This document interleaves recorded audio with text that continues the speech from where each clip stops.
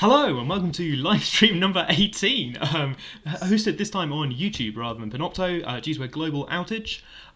We're here live to talk about computer science questions today. I'm joined by a guest from the computer science department. People in chat, say hi to Isaac. Isaac, do you want to say Hi, hello, everyone. say who you are? Hello. Yeah, I'm a PhD student at the computer science department in Oxford. I actually did my undergraduate degree in computer science at Cambridge, so I've changed sides, I've jumped ship. And yeah, Who would very do excited such to a talk these thing? questions. Yeah, I know. Treacherous. Cool, right, yes, no, I did the same thing. So we're going to try and make this work.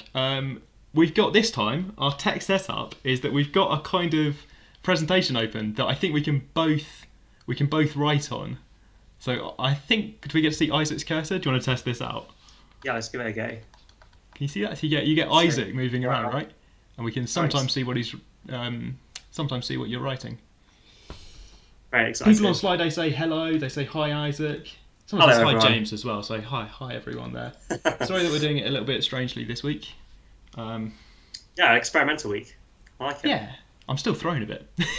Partly I'm thrown by the idea that Panopto's back up, and part of me really wants to get back and swap, but it's not a good idea. Right, okay. Admin at the start. Rough schedule. We've got an intro here, which is now just tech setup at the start. We've got a couple of long questions. I put 3 in there after last week. We covered a couple of questions, and people, it felt like, wanted a third question just around. I'm not sure if we're going to get onto the third question, but it's there as an option. Break in the middle, probably.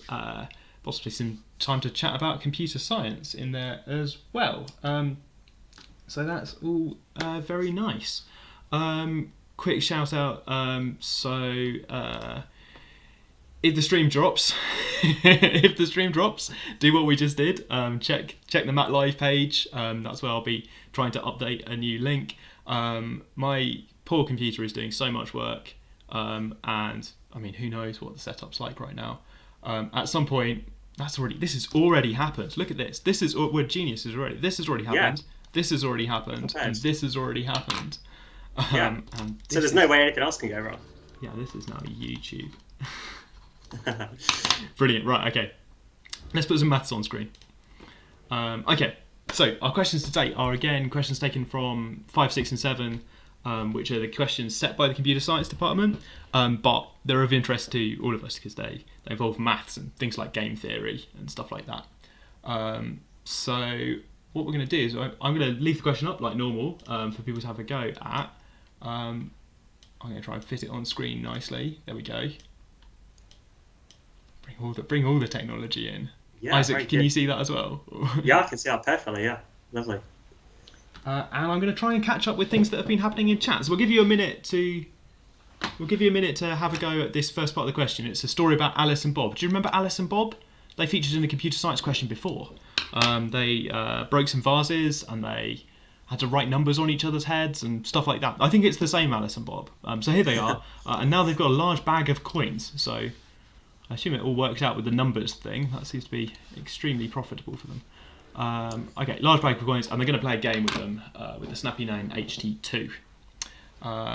It's a classic. Oh yes, and Nathan in chat here says question 5 is for everyone. Yeah, so it's written by computer science and is for everyone. So Daniel, even if you're not applying for computer science, you can still have a look at these. These ones on this particular worksheet are only question 7s.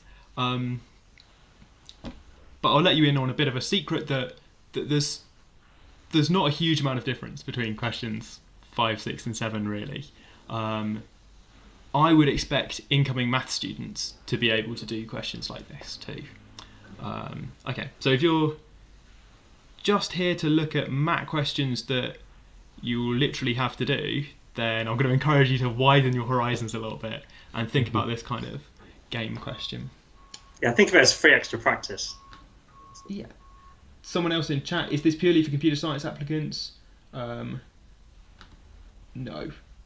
And someone wants to know, are Alice and Bob in MAT 2020? So now I've got to decide whether that counts as disclosing information about MAT 2020 or not. Hi Naomi as well. Well,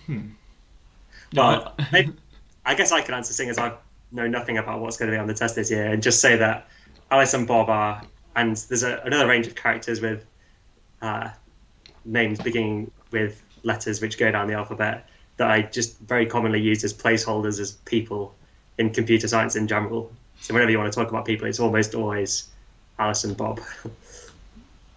So it wouldn't be surprising if they're featured in future papers as well. Yeah, so people in chat are concerned that this is just going to be for computer scientists. Possibly because we've only got question 7. So I'm going to say it again, just in case anyone's... If you've just joined us, we've got some questions that were set by computer scientists for computer science applicants, but we're going to tackle them on a maths live stream because we're mathematicians with a range of interests. And some of us are computer scientists. Hi, Isaac. Hi. Sorry, I'm on the stream too. I'm trying to catch up. Someone says here in chat with a thumbs up. So I guess if this is your first live stream, then I'm sorry it's so strange. There's a live chat over at slido.com, which I'm looking at, as well as looking at the YouTube chat as well.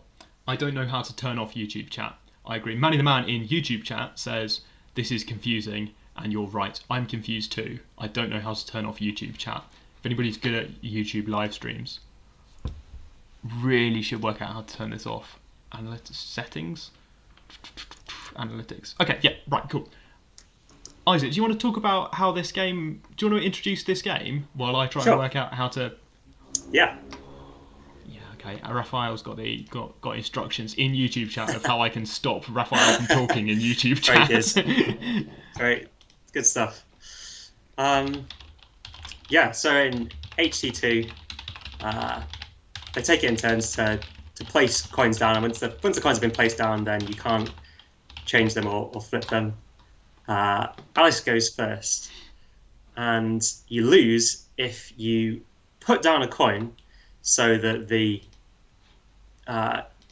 that coin and the one before it, that pair of heads or tails, has appeared somewhere else in the sequence so far. So in the first example, if Bob puts down T at the end, forming a pair at the end of HT, but HT has already happened earlier on. So that means that Bob loses.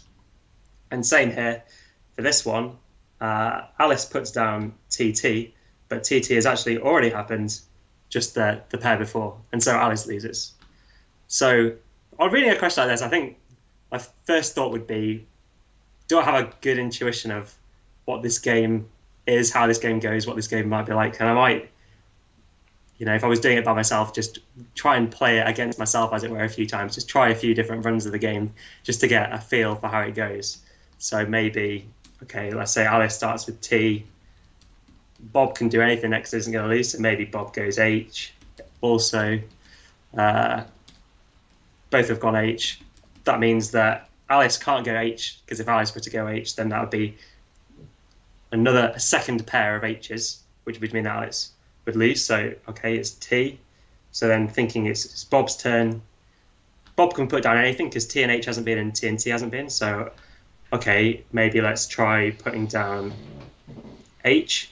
And that means that Alice, whatever Alice puts down next, is going to lose, because if Alice puts down H, then we've already had a pair of H's over here. But if Alice puts down a T, then we've already had an H and a T there, so Alice would lose.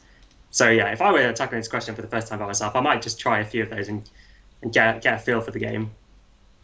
And then, yeah, have a look at what's the first part of the question? What's the smallest number of coins that might be placed in a game of HT2, including the final coin that causes a player to lose? So what's the shortest game? Well, okay, let's just try and play the shortest game that we can. I guess Alice would go first, maybe with an H. Then, okay, can Bob lose now? No, because this would be the first pair, so it couldn't duplicate any previous pair. Now, from what we said before, what if Bob plays an H? Then we've got a pair of H's. And so can Alice lose now? Yes, Alice can lose now by playing H. So that's probably the shortest, I would say, because, well, if you is what we're trying to say. Let's rule it out by starting with the lowest number and rule them out one by one. Obviously, if it's just one coin, no, you can't lose that, and so that can't be the answer. If you put down 2 coins, then you can't lose either because that's the first pair, as it were. With 3 coins, now you've got 2 possible pairs. There's the first pair, and there's the second pair. Whoops, that's gone off the bottom there. But you've got the first pair and the second pair. So, is it possible to lose? Yes, it is possible to lose because we've got an example here that shows that it's possible to lose with 3 coins, and we've said that you can't be possible with 2 coins. So I guess that means the answer to the first one is 3 coins. Now the next one's a little bit more difficult. What's the largest number of coins that might be placed in a game of HT2? So how could you make a game, is the way that I think about it, so that it just keeps going on for as long as possible? I guess the way you do that is by every time someone puts down a coin, you come up with a new pair of H's and T's that hasn't been seen yet. So until eventually you're going to run out of pairs of H's and T's, and you have to duplicate a pair that's been there before. So, okay, then the question is, how many different pairs of H and T are there? How many different sets of 2, ordered sets of 2 pairings of H and T are there before you run out of them? And I was going to say if you've been doing computer science, but I guess also if you've got a maths background, this should be starting to ring bells.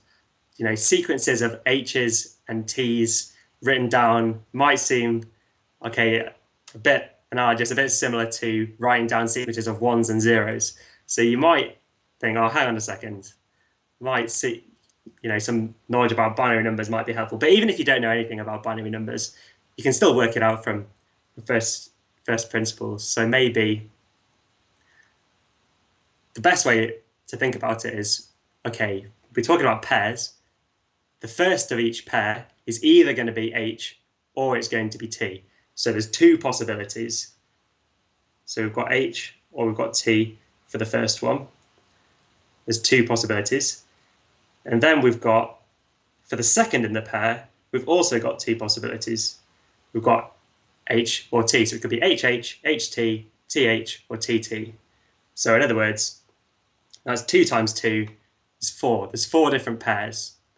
So, okay, if there's 4 different pairs, can we have a game where we just go through those 4 pairs and then whoever goes next is going to have to lose because whatever coin they put down is going to form a pair that we've already had?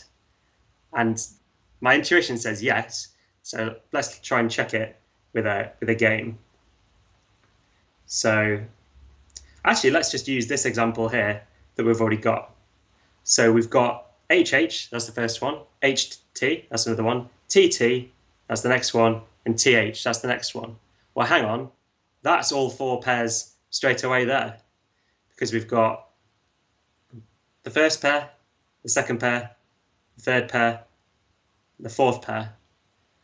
So we've exhausted all 4 possible pairs, all 4 pairs that we had down here. So whatever situation, if we'd had a game that was this long, because we've had 4 different pairings, and there are only 4 possible pairings, they must have been exhausted. And so whoever goes next, which is going to be Bob, is going to inevitably lose. So actually, this game here is an example of the longest kind of game that you can have, I think, because it's been through all 4 possible pairings. And so then you just got this one extra one to ruin it. Does that make sense, James? Do you think that's right? Yeah. I was going to say, is this the pigeonhole principle? I think I've seen something like this before, where you've got 4. If there's only sort of 4 possible, you know, patterns of heads and tails or something, but by the 5th coin flip, you've got 5 pairs have actually happened. Then I guess the pigeonhole principle is the thing which says, you know, if you've got more pigeons than you've got pigeonholes, then you have to have 2 in the same hole. Nice, yeah. I think we have pigeonhole principle in. I think that came up in Livestream number 2 or something. So this is a throwback. Great. This is a Too many Well, pigeons. props to anyone that remembered it. Not Yeah. enough space. Raphael's Yeah. put a link to the pigeonhole principle in chat. That was speedy. Yeah. Yeah. So by this length, which is how many? It's 6 coins. Then at that point, you've got 5 pigeons, which are the pairs, the pairs that you've seen in the game. But there's only 4 different pairings that are possible. So we must know that 2 of them are duplicates. So someone's lost at this point, which you can see here. So yeah, maybe the answer to this one, 6. I suppose I'd want to check, like, can we do it could be possible. So by 6 flips, it's definitely not possible that the game's still going. The game must have ended. Do Yeah. we know whether it's ended after 5, or is that? Yeah. So well, I think could be conveniently, yeah, that's right. Just because the pigeonhole principle tells us that we definitely must have lost by the time we, when the 6th coin is put down, it doesn't mean that we. It could be that actually, because of the orderings, the ways that we're putting down, it could be that we actually must fail before that. But luckily, we've got an example here, which is 6. Right. Okay, I see. Yes. Okay. So you could have a game of length 6. I'm being silly. Yeah, someone in chat says, "Why can't you have an infinite game that's just H H H H H H H H forever?" Oh, right. So H H H H H. Yeah. So I guess that relates to what I was saying about the smallest one. So okay, let's try and play a game like that and see what happens. So first of all, Alice plays H, then Bob plays H. Okay. So the first pair that we've got here is HH. Fine. That hasn't repeated. That's the first time that pairing has come up. Then Alice puts down H again. But actually, Alice loses now because now we've got another pairing, which is HH. If you look at the last 2, that's HH. But the pair that we just had before was HH. And so Alice loses then. Yeah, so there's a repeated HH in there if you have just H's as well. Yeah, because I guess it says on the here that overlapping pairs count as repeats. Yeah. People in chat have so people in chat have helped with that one as well. I really like it because Slido lets people put replies in, and people great. watching this stream are quite nice. So if you ask a question in chat, then in Slido people are often quite helpful. Good, right. Well, I like it when people are helpful anyway. Maybe I should look at Slido. Well, somebody's put his. We might have mixed up heads and tails, or if someone did, it was me. Might have mixed up heads and tails in something we just said. Yeah, I think I probably did that as well.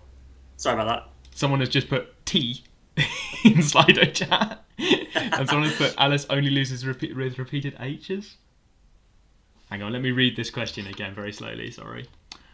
Yeah, it's really easy to get confused between H's and T's because there's nothing meaningful. Player loses if they place a coin that results in 2 adjacent coins having the same pattern of heads and tails as another adjacent pair somewhere in the row. Right. Okay. So if it's heads, then Alice loses because Alice has placed that 3rd thing. If it was tails, come on. If it was tails, heads, then Bob loses by placing this head because it repeats the head from before. I think. Okay. Yeah, that seems right to me. Right. People in chat are I think on side. Also got some other comments in chat. Not quite so not quite so pertinent. Someone pointed out that Charlie in chat pointed out that when we mentioned those names, we might have assumed Charlie's gender. I don't think Charlie's in this question, but if there's a Charlie in question, I'm going to use they because we don't know what gender Charlie might be. I suppose we don't know what gender Alice and Bob are either. Cool. That's true. Yeah. Should we look at part 2? Oh no, yes, we've justified each answer. We've done this. So between games. Yeah, we haven't written down a justification, but I think that we could if we needed to. We have a lovely justification, but this slide sharing technology is too small to contain it. Should we look at the next part of the question? We've got to remember now. So if we look at the next part of the question, we've got to remember how the game works. And move on. So I'm going to look at it one more time. Okay, they've got to not repeat an adjacent pair. So this is a problem because it repeats this head. I'm going to circle it. Repeats this head tail over here. Nice. Okay, games are between 3 and 6 or something. 3 turns and 6 turns. Yeah. Okay. part 2, and I should say at this point that I've made this mistake before on the worksheet, but on the worksheet I managed to put a part number in the wrong place where there shouldn't be a part number. Someone spotted this just before the stream went live, just before Panopto went down. That's not a part 4. Okay, part 2 starts with the surprising news that Bob can always win. So I wonder how Alice feels about this game. And there's a strategy. I think we should give them a minute to put a strategy in chat, or to tell us what they think about that. Yeah, someone got the Fermat joke. It's because we're the Fermat Club, right? What's our name? Maths Fermat Club? Somebody put that name in. There's like a... I can never Is that get a pun it on like maths for Matt? Is that the idea? Yes. Nice. They had to, in like Livestream 1 or something, they had to explain that pun to me through Slido chat very slowly. But I can now confirm, yes, that's the pun. Good work. Fermat Club, because they're doing maths for Matt. I think. Yeah, that's a pretty good pun. Bob can win. Whoa, okay, so someone in chat, this sounds pretty strong. An anonymous person in chat says Bob can win if he's the one that always starts. Which I think the rules were that Alice always starts. I think Alice has to go first. Yeah. Maybe going first is a disadvantage for this game. Yeah. Yeah, sounds like it is if Bob can always win. Can we think of other games where Sorry, yeah, no, I got distracted. Oh, yeah. No, I just thought I got it the way around. Yeah. Alice goes first. Yeah. The name of the unofficial Discord is the Math for Matt Club. I wonder how many times if I mention the unofficial Discord too much, then yeah, we don't. Right, okay. Right, okay. So I guess if you've got a strategy that means you can always win, that means that you always put the other person in a position where the only thing they can play is repeating a previous pairing, right? I guess that's how you start to figure this one out.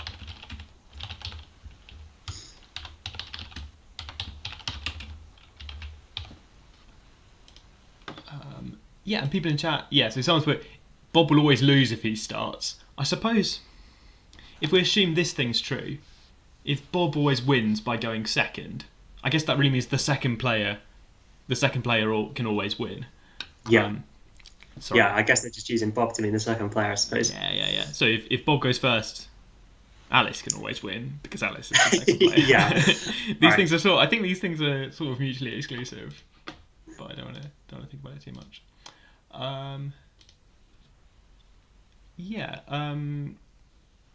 So people in chat, should we read out some of these messages? I've been trying to highlight things that come in. Someone's just said, first Bob puts the opposite face of coin, then the same face of coin. So I guess that means there's some strategy. Someone's thinking about some strategy, thinking about what Alice has done and trying to base your moves based on what Alice has done to defeat Alice. And so it sort of says, assuming Alice plays with best strategy. In fact, we shouldn't assume that Alice is playing with best strategy. We want Bob to win no matter what Alice is doing. It's not a good idea to assume certain things about what Alice does, because that leaves you open to Alice outthinking Bob. If you're Bob, then that would leave you open to Alice, doing some clever, unusual moves at the start that you weren't expecting that threw you off balance. We don't want any of that. So Bob's got to come up with a strategy that works, whatever Alice is doing. I guess it depends what you mean by best strategy, because if by best strategy you just mean Alice always just looks at what you've done and thinks and does the best thing possible, then yeah, okay. It's kind of just the same thing as saying no matter what Alice's strategy, I guess. Sure, I suppose, okay. But yeah, we definitely shouldn't make any assumptions about what Alice is going to do. We should be able to beat Alice no matter what they do. I suppose the real problem here is that Alice does want to win, and Alice does want to try and win. We're going to prove that it doesn't matter what Alice does. Alice can't win. So, in fact, Alice doesn't have a best strategy. Alice doesn't have a winning strategy at all. So, you can't really talk about Alice's best strategy because she never wins. So, You can't, for example, you can't assume that she starts heads, saying, well, if she plays heads, Bob can beat her because. Well, yeah. I don't know whether it should. I mean, I don't know whether we should talk about without loss of generality, but I guess we can assume Alice plays heads without loss of generality. Oh, maybe we could. Yeah, I suppose there's something about this game about. Yeah. Being... So let's do. Ooh. Yeah, since heads and tails are just completely equivalent to each other, but just in some sense the opposite. So what I'm saying is, if Alice plays heads, then we'll have one strategy. But if Alice were to just play tails instead, then wherever before we would have played heads, we just play tails, and the other way around. So, yeah, okay. I suppose that works. Is without loss of generality, we can just think about swapping all the heads and tails for any particular game. Yeah, I got a bit distracted to think about when it. I was trying to think of a different game where there's not a without loss of generality, like Yeah. Maybe I shouldn't get too sidetracked. Yeah, like chess or something. Yeah, I guess it's difficult to know what that even means then. But I think in this, yeah, I suppose if for any game, if you just imagine flipping all the heads to tails and tails to flip and tails to heads, then the winner and loser will be the same.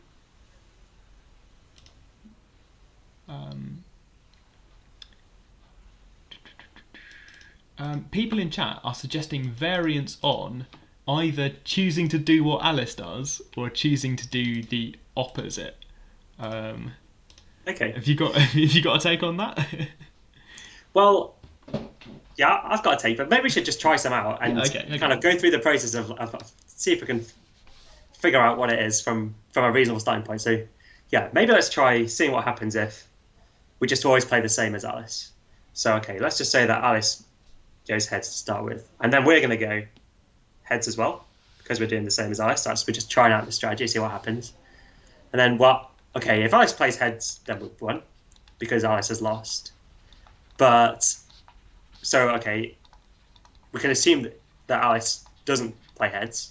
So Alice, we only need to consider the case that Alice plays tails next, because if Alice plays heads, then Alice would have lost. So then, okay, so we're playing the strategy of putting down the same as Alice. So, okay, let's go T again. Now, yeah, for the same reason here, Alice isn't going to put a T. Well, if Alice put a T, then we've lost, so that's fine. We don't need to worry about that case. So let's just worry about the case where Alice puts down an H.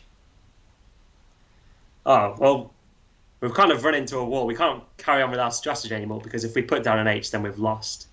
Yeah. But I guess that's because let's just see what happens. Can we win anyway? So we can't put down H, so I guess we put down a T.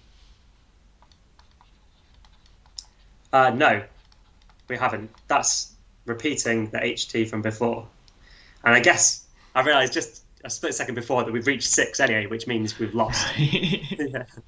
The sixth move is sort of cursed, isn't it? Yeah. We've proved before that if it gets there, the game's going to end on this turn. Yeah. It's Bob's turn then. Okay, so this strategy, which was, I suppose, we started thinking about the strategy, play the same as Alice's last move. So you can't, yeah. Yeah, and then maybe improvise or something towards the end.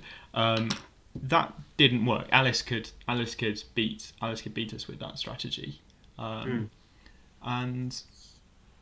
all right. Yeah, I think it's worth. We had to think about several cases here about what Alice might do. In fact, the discussion that we had before, I've realised maybe wasn't that relevant, but I was talking a lot about like Alice's choices and Alice's strategy versus best strategy. I think at each point, Alice's choice was either keep playing the game or lose on the spot. Someone said something like that in chat as well. That Alice has agency, right? Alice could choose to lose on the spot at any point during this game. Yeah, but that's fine because all we're trying to do is make Alice lose. So in that case is dealt with already. Yeah. Okay. Okay, so maybe let's try. What was the other strategy? Play the opposite of Alice. I guess we can give that one a go. Yeah, sure. Okay, so Alice, let's say, starts with H. Then we play T because we're doing the opposite. Now that gets more difficult now because Alice could play H or T. So, okay, maybe let's branch out into the two different possible worlds where let's first of all try the case where Alice plays an H. Now, if we're just going to play the opposite, then we're going to lose because that's another HT pair which we've just had, so we would lose. So, okay, I guess in this case we've run out of this strategy and maybe we'll just have to play the opposite until we can't. So let's improvise. We can't play T again, so let's try an H. Now, what can Alice do? Alice could play an H, but that would double the two H's just had. Or Alice could play a T, but that would double the HT that we had at the start. Okay, so in this case, if Alice plays an H on Alice's second move, then we would win. So, okay, in that case, let's just see what happens if Alice plays a T. We've said we're always going to play the opposite, so I guess here we'll play an H. Now let's think about what Alice would play here. If Alice plays a T, that duplicates the HT that we've had there, but Alice could play an H, and then we're dead because we've had 5, so we'd be putting down the 6th one. Okay, so this strategy doesn't work either. I guess we could have played a different one here. Oh no, we couldn't, because if we'd have... Is that us? Yeah, that was us. Because if we'd have put down a T, we would have duplicated the TT. Okay, so interesting. Neither of the simplest strategies of just duplicating what Alice has done or doing the opposite of what Alice has done has worked. Okay. Luckily, chat has come through with some more suggestions. I'm just going to tidy up a bit, and then we'll. Yeah, I guess we can get rid of these bits, seeing as we try a different strategy. They're suggesting, I think, this way of looking through the branching cases, thinking about all the possible games of HT2 that could happen. Thinking about, as you're thinking about the different cases of what we could do for heads and tails. Thinking about, I guess, improvising from the start, but in different cases. Like how some people know how to always draw at noughts and crosses, tic-tac-toe. The solution for that is kind of just case by case. Like, here's what you do in different cases. Yeah, right. There is a winning strategy, but it's not a simple one to write down, like always just repeat or go the opposite of what someone else has done. Okay. I'm gonna draw a tree up here. Oh, are you coming up? I'm scrolling up. Okay. Yeah. So I think we've had a little bit of without loss of generality or something, but I'm finding that quite confusing. So I'm going to say, sure, maybe Alice plays heads, or maybe Alice plays tails. Yeah. Okay. So I guess should we try just the top branch? So if Alice plays H, then. So we could have Bob's rule here being play H. If you see Alice do H the first time, do H this time. That could be Bob's rule for this case. Yeah. Maybe this goes wrong, and we'll reconsider that policy later. But let's explore this branch and see what happens. Let's explore and see what happens. So it's Alice's turn again. Alice could go H, in which case Alice loses. So probably not going to do that. Or Alice could do tails. I'll put a green tick for that. Yeah, that's pretty nice. Because in that case, we're sorted. So we just need a tree that always ends in ticks. Sure. Yeah. Okay.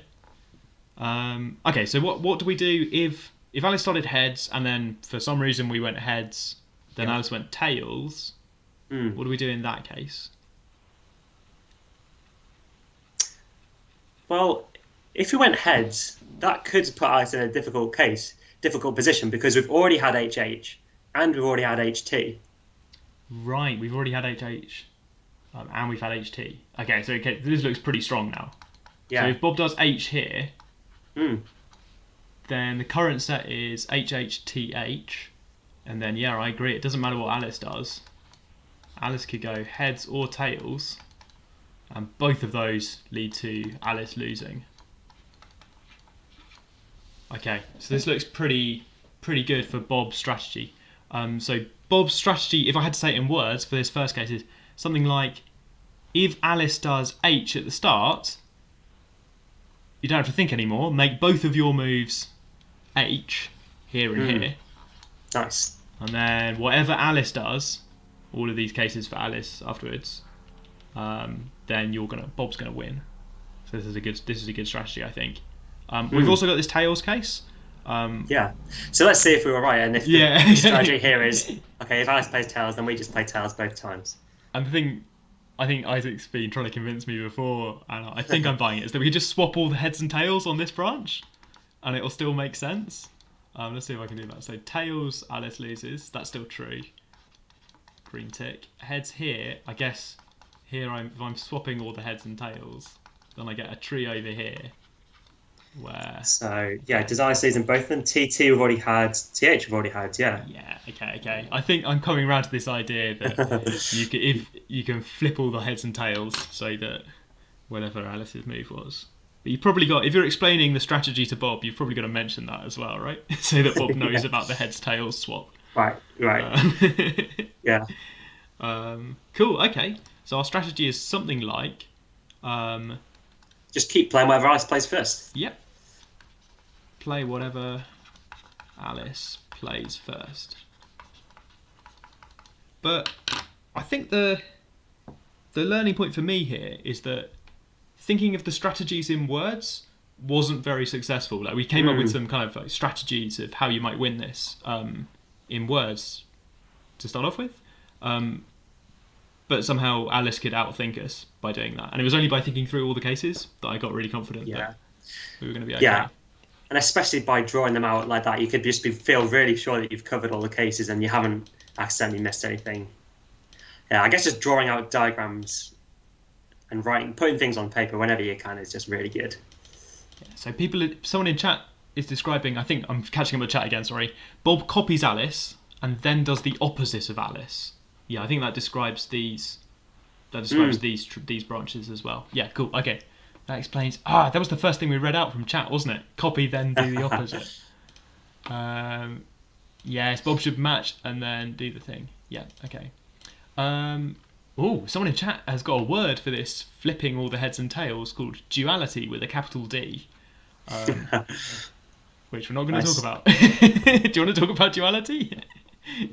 Not really. I mean, I guess it's just the thing that we were just saying. You can just flip all the bits. They're just equivalent. Swap it, flip it. And yeah.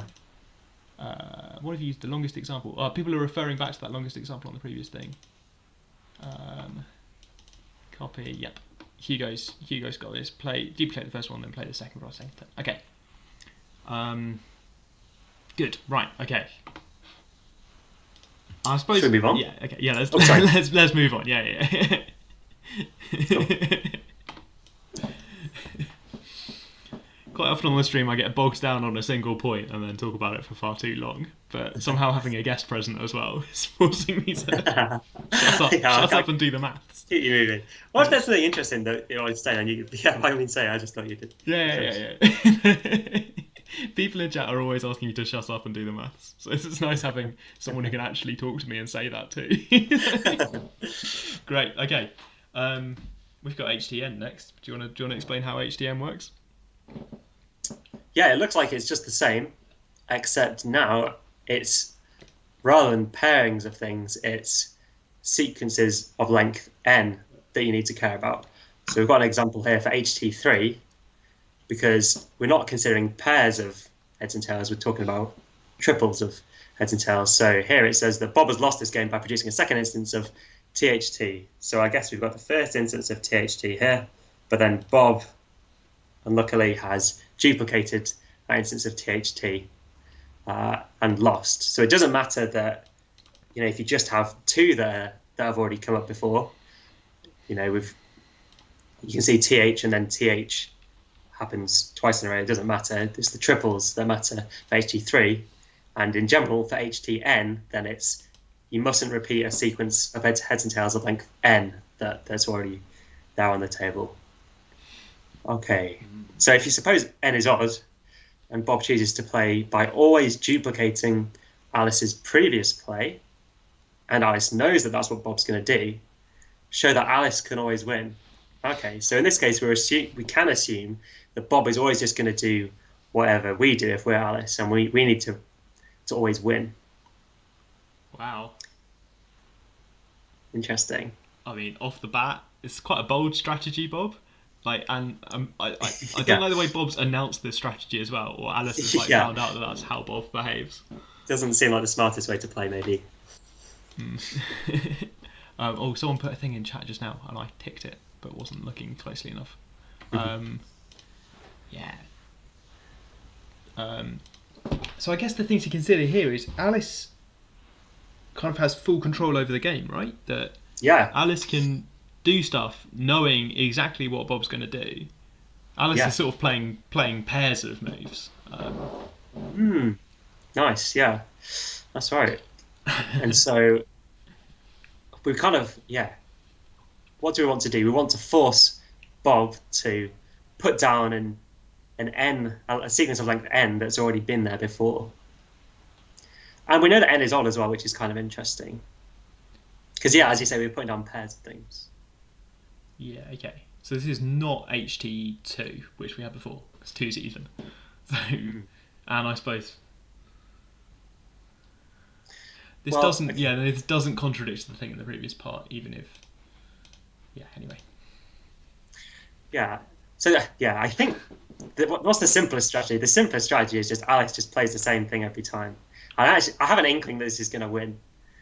Right. And if that's right, then that's not so exciting. Maybe we should try the tree, just to see if that would lead us to the right answer. But I guess it's a bit difficult to draw a tree when we don't know what n is. So maybe should we see what happens if we just try? Okay. So is this a strategy that you just thought of? As, like it's sort of a strategy in words, right? Like it's just this one's a strategy in words, but the reason I'm feeling hopeful about it is. Sorry, Bob is going to. By all means, write it down. Yeah, Bob is going to run out of.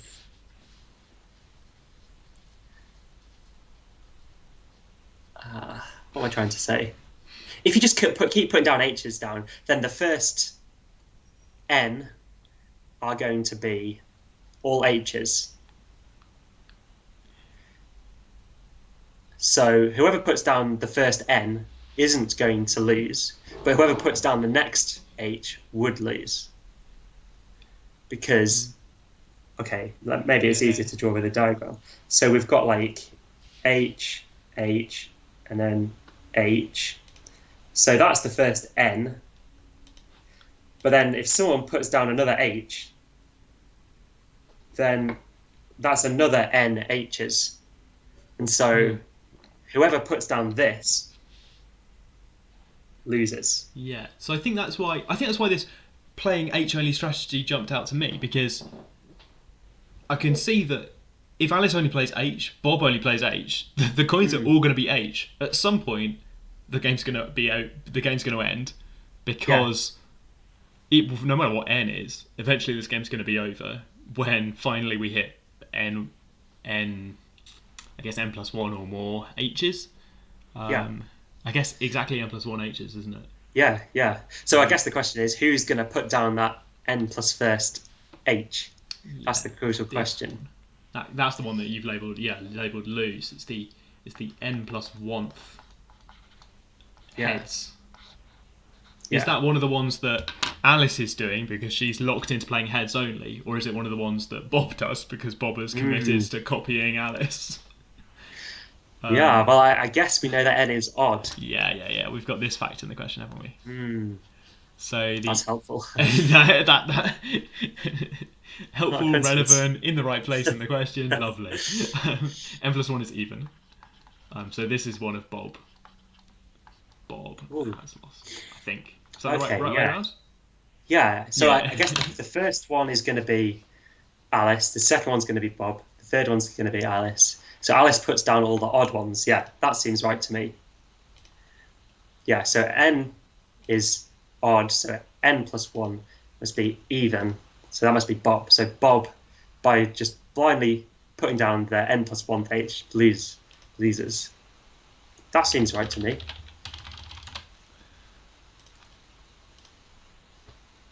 Yeah, with you. I think I'm with you. I'm being careful, I guess, because of the odd-even thing. It's very easy to get this just one out, and then you've got it the wrong way around, and then you're dead. Yeah. Okay.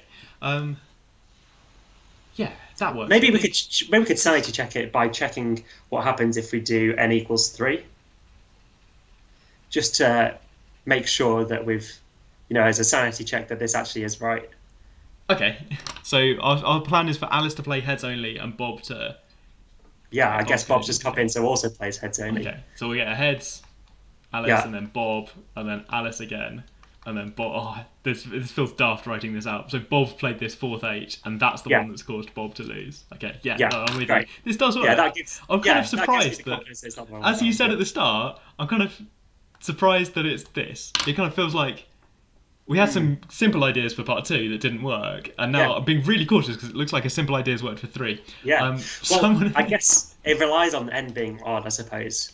It'd be quite an interesting question, if n is even, right? What happens then? You can't use this strategy because then Alice would be the one to put down the H that makes you lose. Or if you can't assume anything about H. I feel like it's an interesting question too, right? If Bob's plan is to play heads, unless that would obviously cause Bob to lose. Like, a lot of this question relies on getting up to n H's and then Bob going. Bob just playing an H. I committed to this plan. I'm sticking to it. That's, right. Yeah, because before when we did something like that, we said keep doing it until you would definitely lose, and then just improvise. But if that's not, that really is a stupid strategy of Bob's. Just even if you're going to lose, it's just gone really badly wrong in the most obvious way that it could go wrong for Bob. I guess that's why it's not a good idea to A, always copy your opponent, and B, tell them you're going to do that in this game. Someone in chat has said, are we pulling our punches? Which I think means pretending not to be able to do the question and pretending to be confused. I am confused. I didn't pay, because I was distracted by the stream stuff at the start, I wasn't paying very much attention when we went through the first bit of the question. So I'm not acting. This is for real. Right, okay. I think I don't know. It's good to be a little bit cautious or something, and it's easy to convince yourself that something's true when it's not actually true. So, okay, this strategy seems like it might be good. We'll try it out. Does it have a good reason? Do a sanity check. I think those are all useful steps to. Yeah. I think I've been caught up by things like this before. I can't quite remember the question, but stuff like, if you can miss out cases by making assumptions about what one of the player is trying to do. Or like if they're trying to, if in your mind you give a kind of short-term behaviour to one of the players, if you say, well, this player wants lots of gold by the end of the game, so every turn they're going to greedily grab all of the gold they can get, and then I can win by exploiting them. I've been tricked out by questions like that before, where there's a more clever strategy at play, which doesn't involve doing a kind of greedy thing each turn. For example, in like a completely different setting, so not this question. I think that's why I'm quite scared of this question. I'm quite scared that at some point we'll forget something clever that one of these people with, I guess, their own sort of agency and free will. Someone in chat asked if they had free will, and I dodged the question. Bob is not exercising free will in part 3, right? Right. Yeah. Unless it's a form of. Sorry, even confusion. I was just going to say that you've got to be really clear about what the assumptions are, what you really can assume. So it just as you say, it does seem quite surprising that in this question we can assume that Bob is just going to keep playing the exact same thing, even if they're going to lose. And they could have just played a T at the end that would have saved them. But it seems like that's what that question's saying. Yeah. So people in chat, because they're great, are discussing a different question where. What if Bob always plays the opposite of Alice? And they've solved that one too. In ways that I could cautiously read out on stream, but I think I'll just leave it in the Slido chat. And someone else has come in with the hot philosophical take that Bob is exercising free will in his choice to copy Alice. So nice. We'll leave Bob to that, I think. I think this is the last part of the question left now. Yep. It looks completely different to me. It looks kind of similar to the part 1, where it's talking about how long the game will be. Right, thinking about that longest possible game. Yeah. So maximum time of 1 minute allowed for each turn. Can we be certain that a game of HD6 sequences of 6 will be finished in 2 hours. Okay, let's just try to do a quick calculation.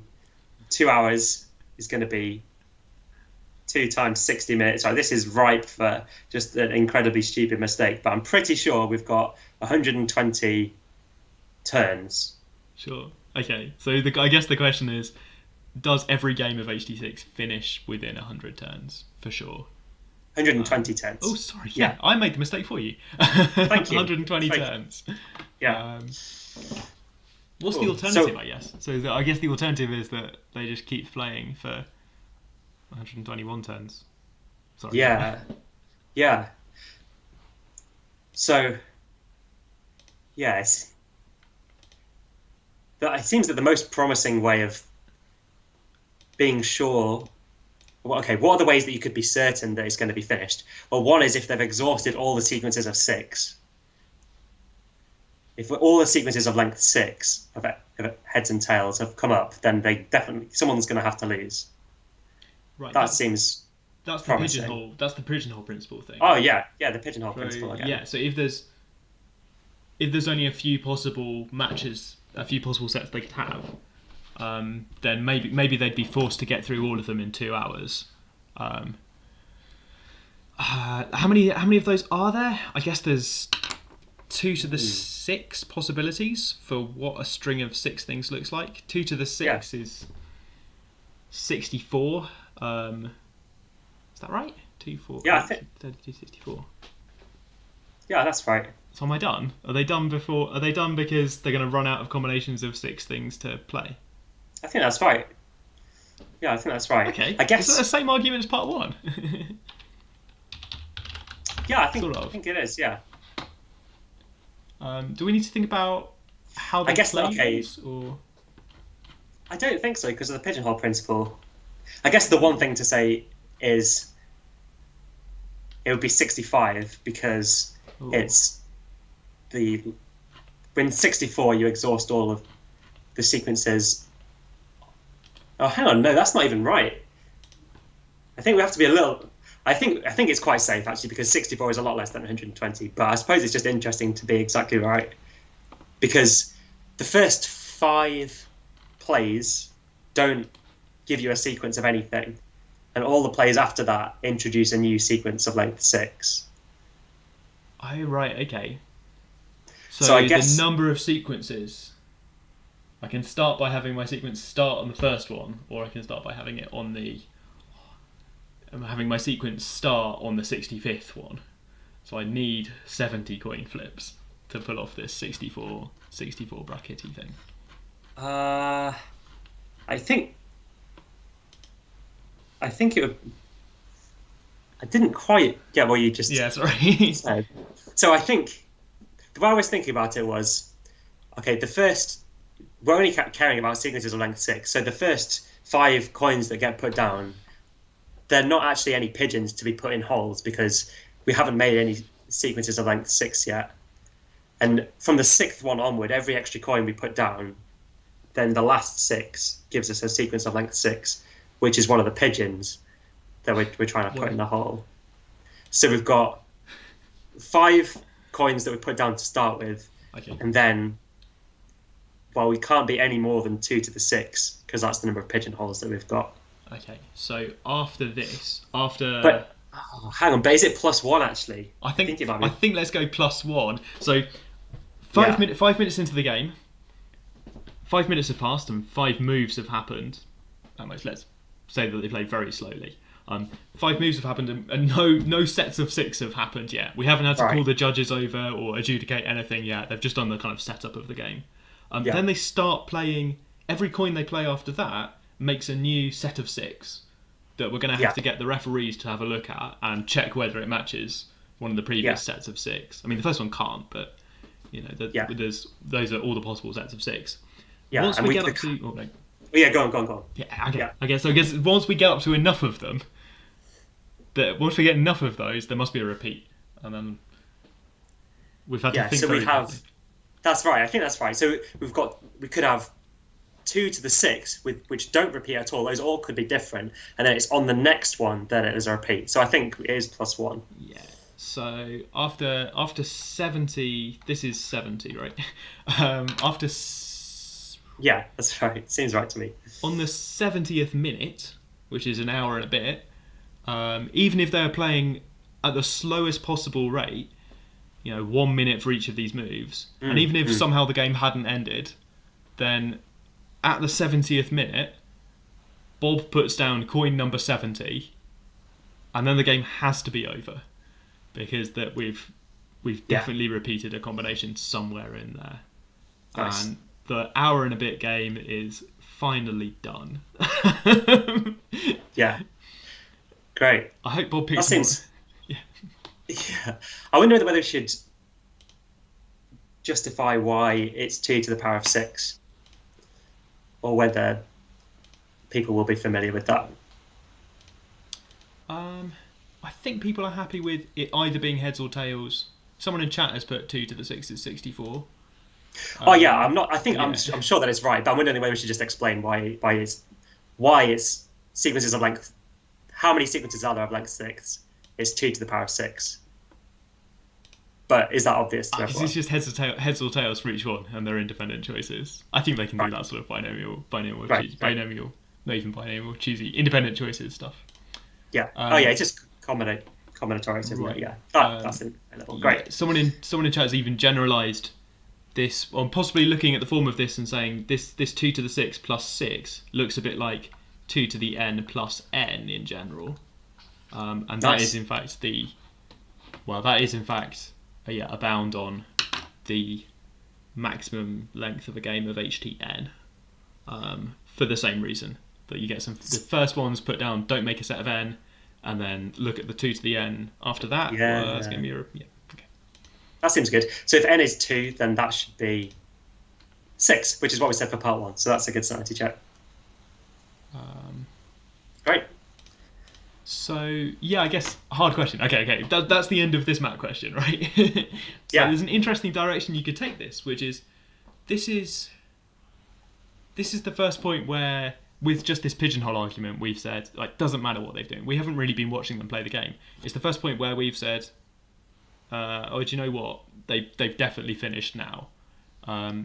It could be the case that no matter what they do, all the games finish within 7 moves or something, or just finish really quickly.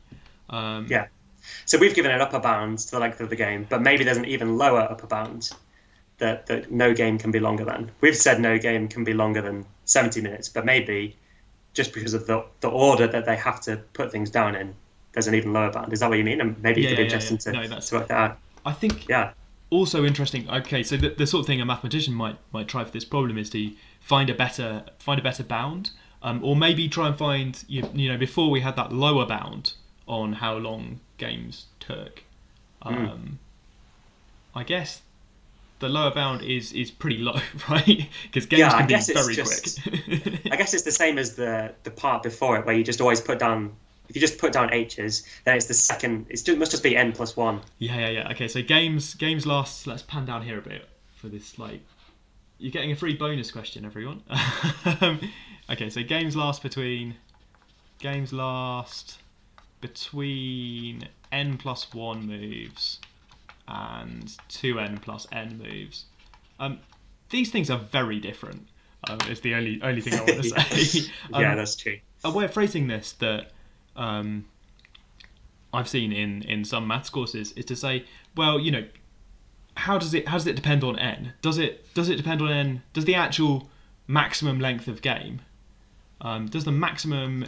Is the actual maximum? Is that more like?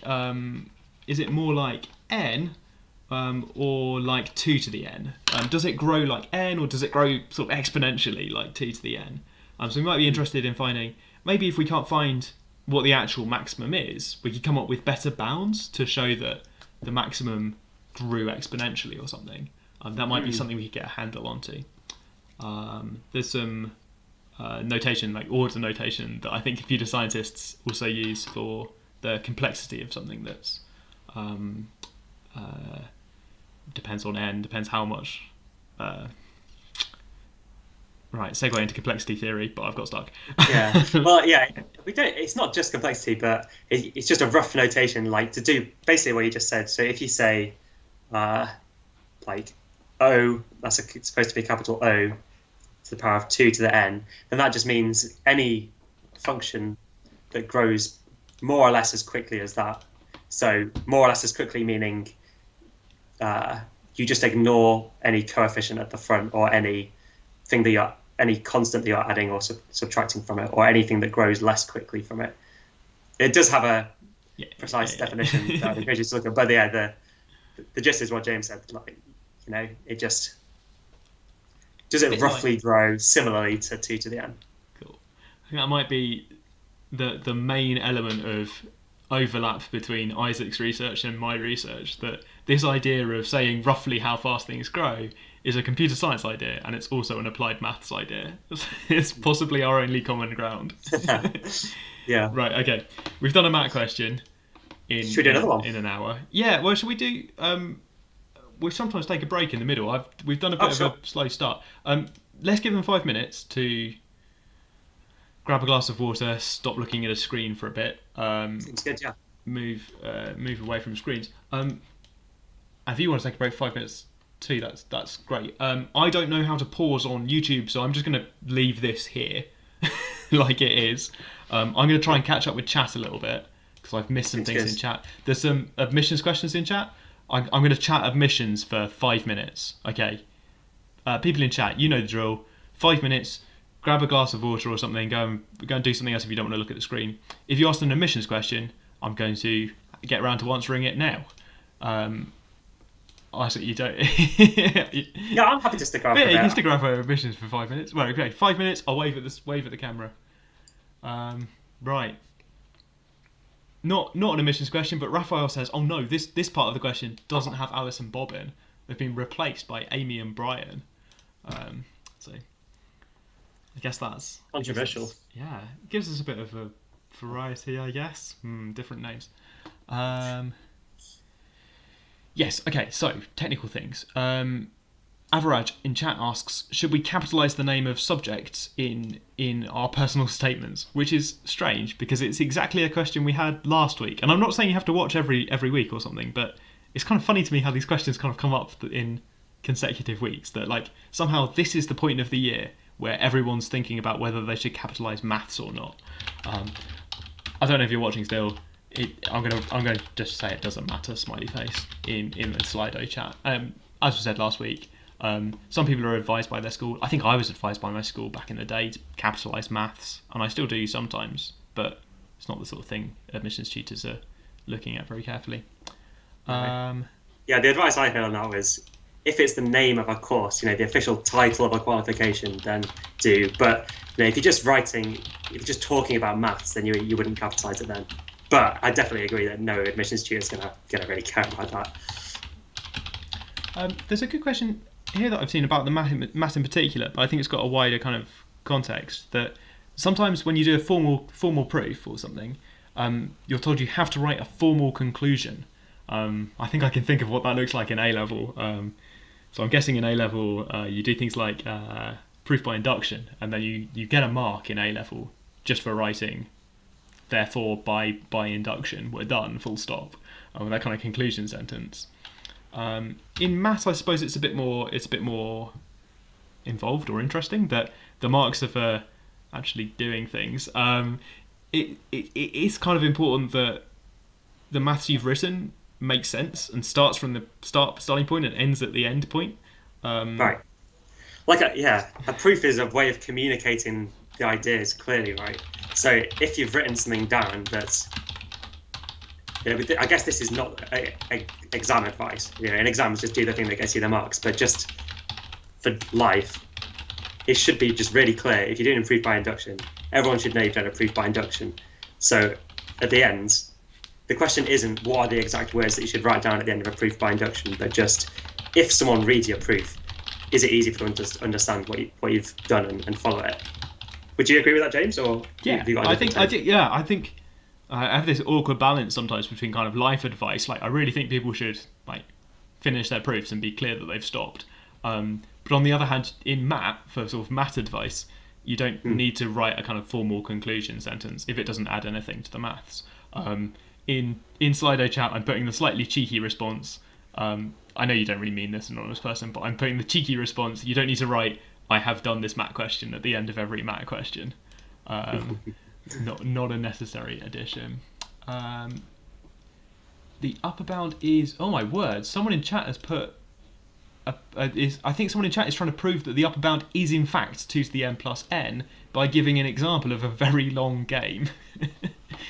So I'll come back to that, I guess. That's one way you could prove that nightmare, incredibly boring 70-turn game has to happen, right? By showing, like, it happened last week. Alice and Bob were there for ages, and they played these moves. Yeah. I guess we did that for n equals 2 when we were thinking about what the longest one actually is for that.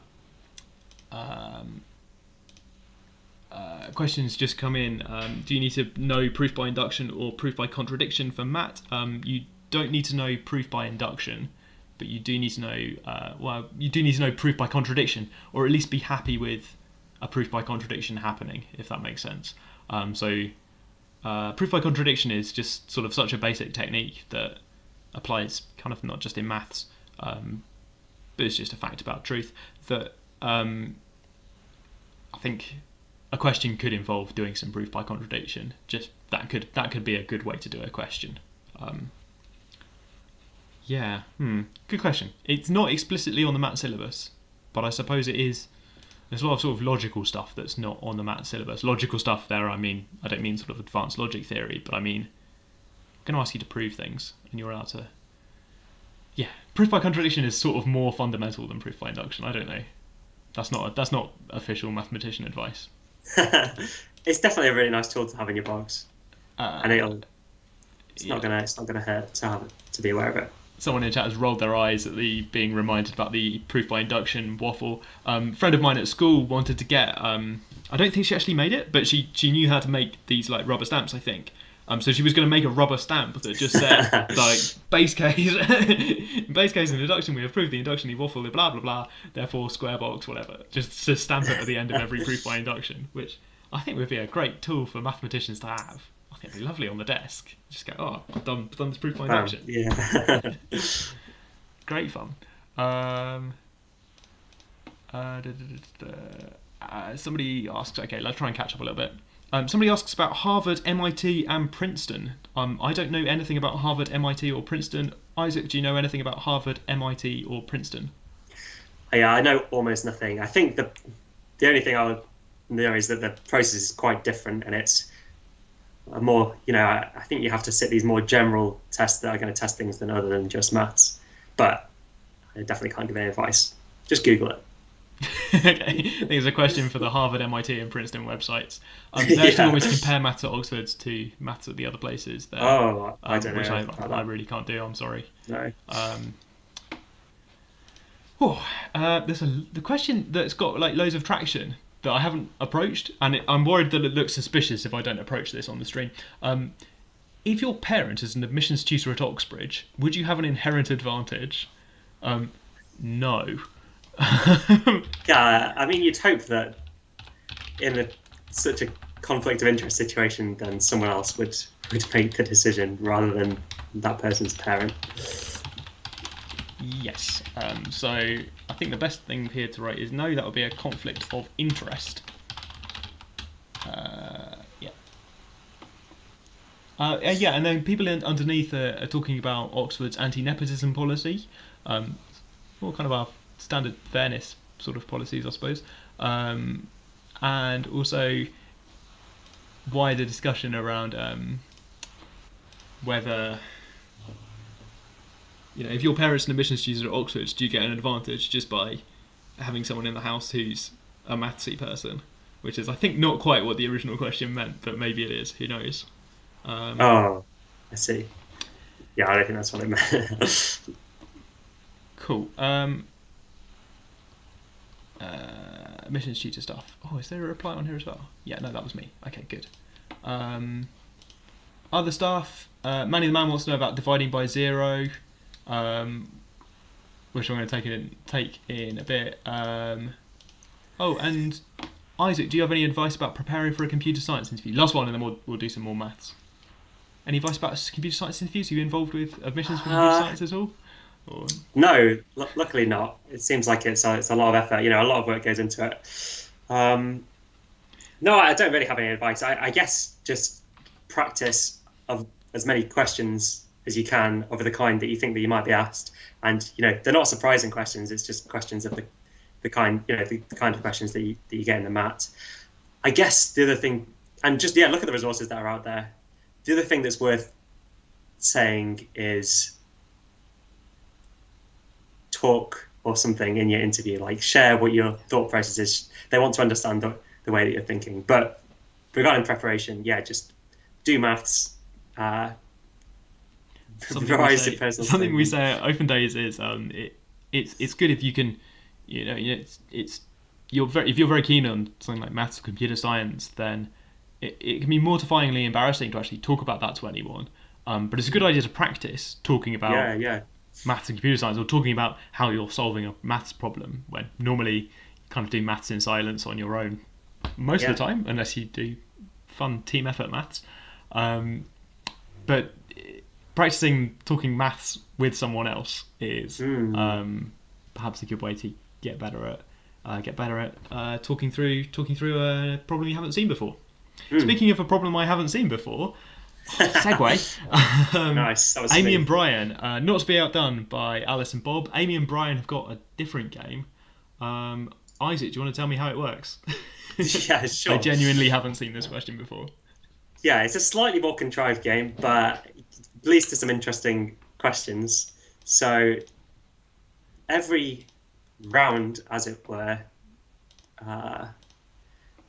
first Amy puts 1 and 2, whole number that is, so 0, 1 or 2, and then Brian picks a number, and if after that round of both of them picking a number, the total of all the numbers played so far across all the rounds is a multiple of 3, then Brian wins. So Brian's trying to get it after Brian's play to a multiple of 3, but if not, then there's another round, and if after 5 rounds Brian still hasn't won, then Amy wins. So basically Amy is trying to prevent Brian from getting to a multiple of 3, and Brian is trying to get to the multiple of 3 after Brian's turn. But the one other twist is that neither of them can play the number that the previous one has just played. So if Brian plays a 1, then Alice can't play a 1 next time. Ooh. Sum of all the numbers played so far. So it's not just looking at, like the HT game was just looking at a string of consecutive things. This is the sum of all of the things so far. That's right. Yeah. So it's a bit more, I feel like this is a bit more difficult to have intuition about, so I feel like we might be relying on breaking things down by cases, and maybe some tree diagrams might be helpful. Okay. And this 5 rounds rule at the end is going to mean that we know how long this game takes, so it's not going to be the same sort of question, right? Yeah, hopefully not. No one's playing this for 2 hours. Unless they're playing very slowly and thoughtfully, I guess. Oh, right, okay, sure. Yeah, maybe this game's really, really hard. Yeah. I should say, we're joking through this question. People, whenever we answer questions about admissions, people ask more admissions questions. I see your admissions questions. We're going to get back to them in a minute once we've done some maths. Okay. Cool. So yeah, show that if Amy starts by playing either 1 or 2, then Brian can immediately win. Oh, that makes sense. That seems quite straightforward. Because if Amy plays 1, Brian can play 2, which gets to 3, which is a multiple of 3. And if Amy plays 2, then Brian can play 1. And that's allowed because Brian can play any of the numbers that hasn't been done so far. That's a nice, easy one to get started. Checking that we've understood what Brian's allowed to do. Yeah, different number, add up to 3. Good. Okay. Yeah. Great. Suppose instead Amy starts by playing 0. Show that Brian can always win within 2 rounds. So a round is each of them playing a number, right? And yeah, that's right. Yeah. No other game relevance. It's just counting how many things have been played, I think. Yeah, I think that's right. Okay. So maybe we should try and draw a tree of the different possibilities. Maybe do the tree this time. Sure, yeah. Try to scroll down. Yeah, I'll scroll like that. Yeah. Okay. Okay. Maybe I should pick a different... I'll just go with black. Okay. So Amy goes with 0. So Brian is going to either, well, it can't be 0, so it's either 1 or it's 2. So let's start with Brian playing 1 first. Then what can Amy play? Amy can play either 0 or 2. Can't play 1 because you can't play the same thing twice in a row. So now, can Brian win here? Well, we need to take it to a multiple of 3. So if Brian plays 2, then the total is 3, which gets us to a multiple of 3, so that works. And if here, we've got the total so far is 0 plus 1 plus 2, so Brian can just play 0. And in both of those cases, we get to 3, which is a win for Brian. So then we've got to go back. Actually, we don't even need to consider this branch now because we can just do this one. Yeah, maybe Brian can win by doing a 2 as well for variety or something. But I think Doesn't matter. now that we found this winning bit of branch based on Brian's decision, don't consider her doing anything else. Yeah. Brian won, and then Amy, doesn't matter what Amy does, Brian can win within 2 rounds. Wonder why it says within 2 rounds. Brian definitely can't win on the first round, right? Because Amy's played 0 and Brian's not allowed to play 0. Okay. I guess it makes the question slightly more mysterious to have within 2 rounds rather than can always win on the second round or something.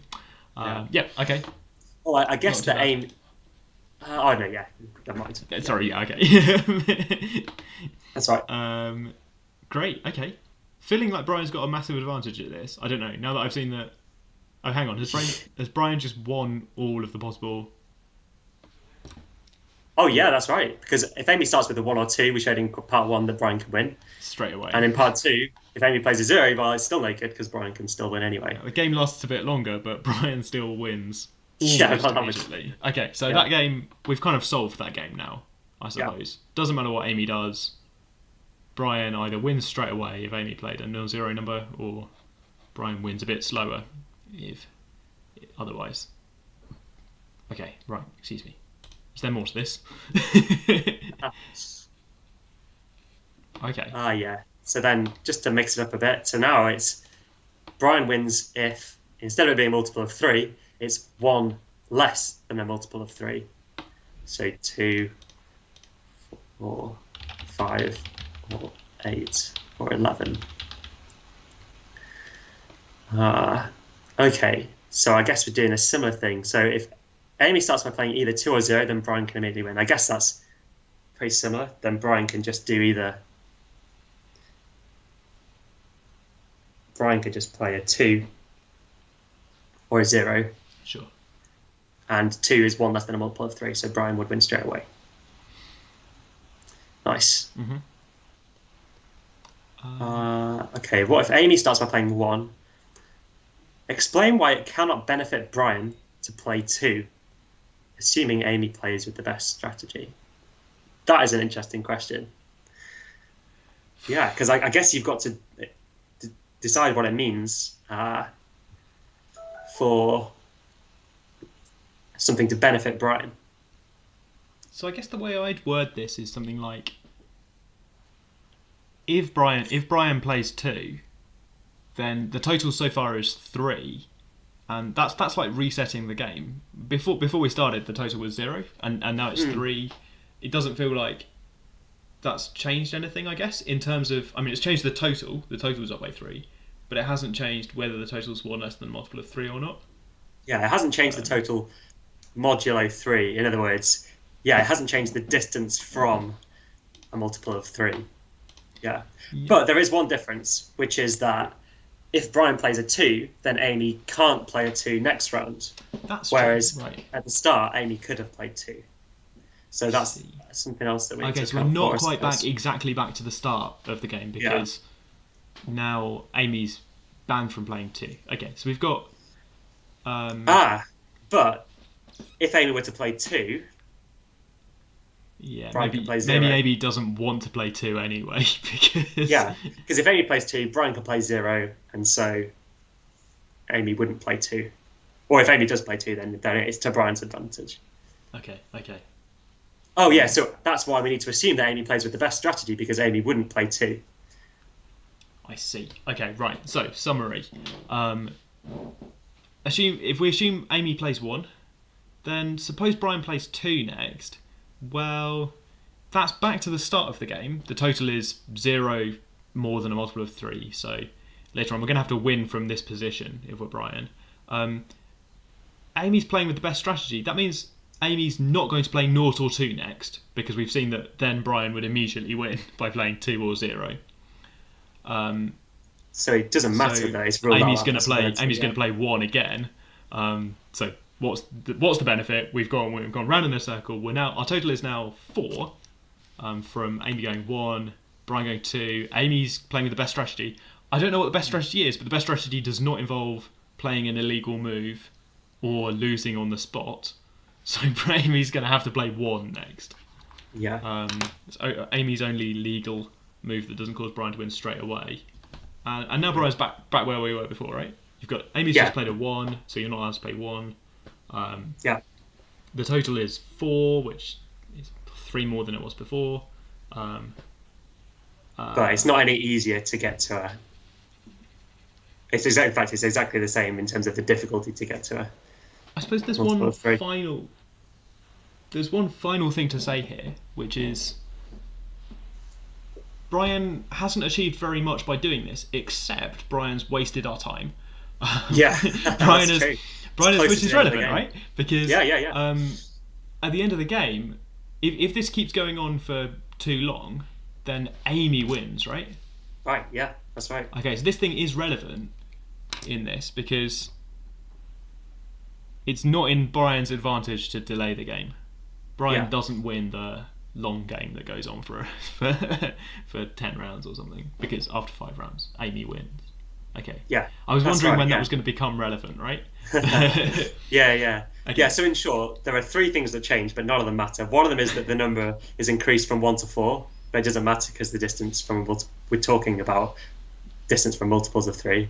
One of them is that we're 1 turn down, but that's not to Brian's benefit because Brian's going to lose. And the other thing is that Amy's band wouldn't be able to play 2, but it doesn't matter because we're assuming that Amy's playing the best strategy anyway, so it's not to Brian's benefit. Yeah. Or I think equivalent but said differently. We thought a little bit and found that Amy is definitely going to play 1 next if we go down this route, which is the same position except we've wasted a round, or something like that. Okay. Yeah. I'm excited now. So we've seen that if Amy starts by playing 0 or 2, Brian immediately wins, and then we saw that if Amy starts by playing 1, which I'm pretty sure Amy is going to do, it's not a good idea for Brian to play 2, and Brian's not allowed to play 1. So I think I sort of expect, like, high level play. I don't know about best strategy, but high level play. I don't know. This isn't all games, but I think high level play starts with Amy playing 1. Yeah. And then Brian following up with the bold move of 0. And I don't know what happens next. And in fact, that is part 5. I promise I. Wow, okay. That was smooth. That was slick. Very good. Sorry, everyone. Oh look, that is part 5. Great. What should Amy do next is the question. If we're in this pro play scenario of 1 then 0, what on earth next? Okay, so I guess Amy can either play 1 or 2. Sure. Well, 2 is going to be no good. Because if Amy plays... Oh, no, hang on. I'm still thinking in the game where it was getting to a multiple of 3, but it's 1 less than a multiple of 3. Yeah, I think Amy... Oh, even so, it's still no good, yeah. Amy is allowed to play 1 or 2. I'm reading Brian's win condition carefully, sorry. Brian wins if after he plays, so Brian does have to play a number. Yeah. Okay. So, suppose Amy plays 1... So A is either going to play 1 or 2. Yeah.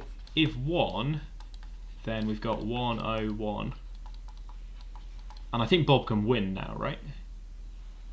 Oh, by playing 0. Yeah. Because then the total is 2. Yeah. Nice. Bob wins. Yeah. I think my advice for Amy, I don't know if this works out long term, Well, but probably play 2 yeah. now. Yeah.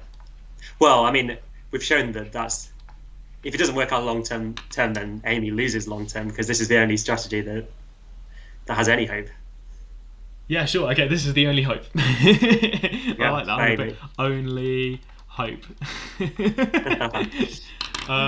Because we're about to think about people playing with the best possible strategies. Who's going to win the game? Well, hang on. Oh yeah, okay. I guess I was going to say what would happen. Like, could Brian win immediately or something? But I guess it doesn't matter. We've just shown that. Well, 1's no good, so 2 is the next thing that he should do. Yeah. 2's the only thing left over for Amy to consider. Let's think about that case. I think it might answer part 6, but I just want to find out what happens next. I feel like we're really getting into Amy and Bob's minds now. Yeah. So they've played this start. This is the best start for Amy. This is the only real good start. Yeah, I'm not happy really about this phrase best strategies, but assuming that it's not lose immediately, Amy has to start with 1. Bob's going to go 0 because Bob's worried about the game going long. Amy is then going to go 2 because it's Amy's only hope.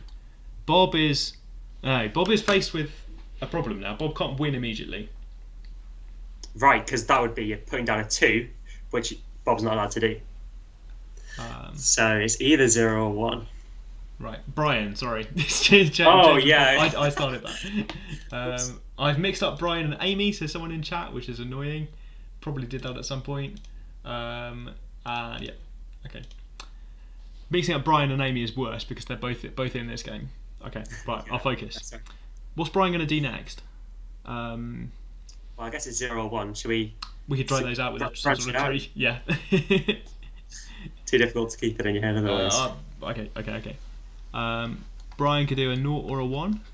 Brian's going to consider both of these possibilities and think carefully.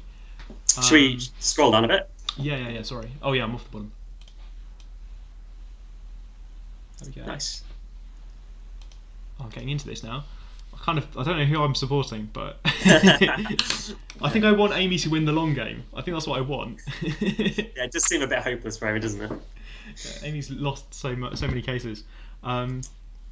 Okay. In particular, I think if Bob says 1, then I think Amy could go for a 2 next. I quite like that because I quite like this 2 here for Amy because it puts it back to a multiple of 3, so Bob can't win immediately. This feels like if Bob goes down this route, 1, then Amy might do Amy might say the number 2. This feels like a waste of Bob's time. It feels like it's gone back to the previous one. It feels like it's gone back over here. Yeah, like what we said before, right? That you're now banned from playing 2, so Bob's now got to move. Bob's banned from playing 2, and the total is a multiple of 3 again. So Bob can't win immediately, isn't allowed to say 2. Bob over here would be thinking about, in this case, we're thinking about 0 and 1.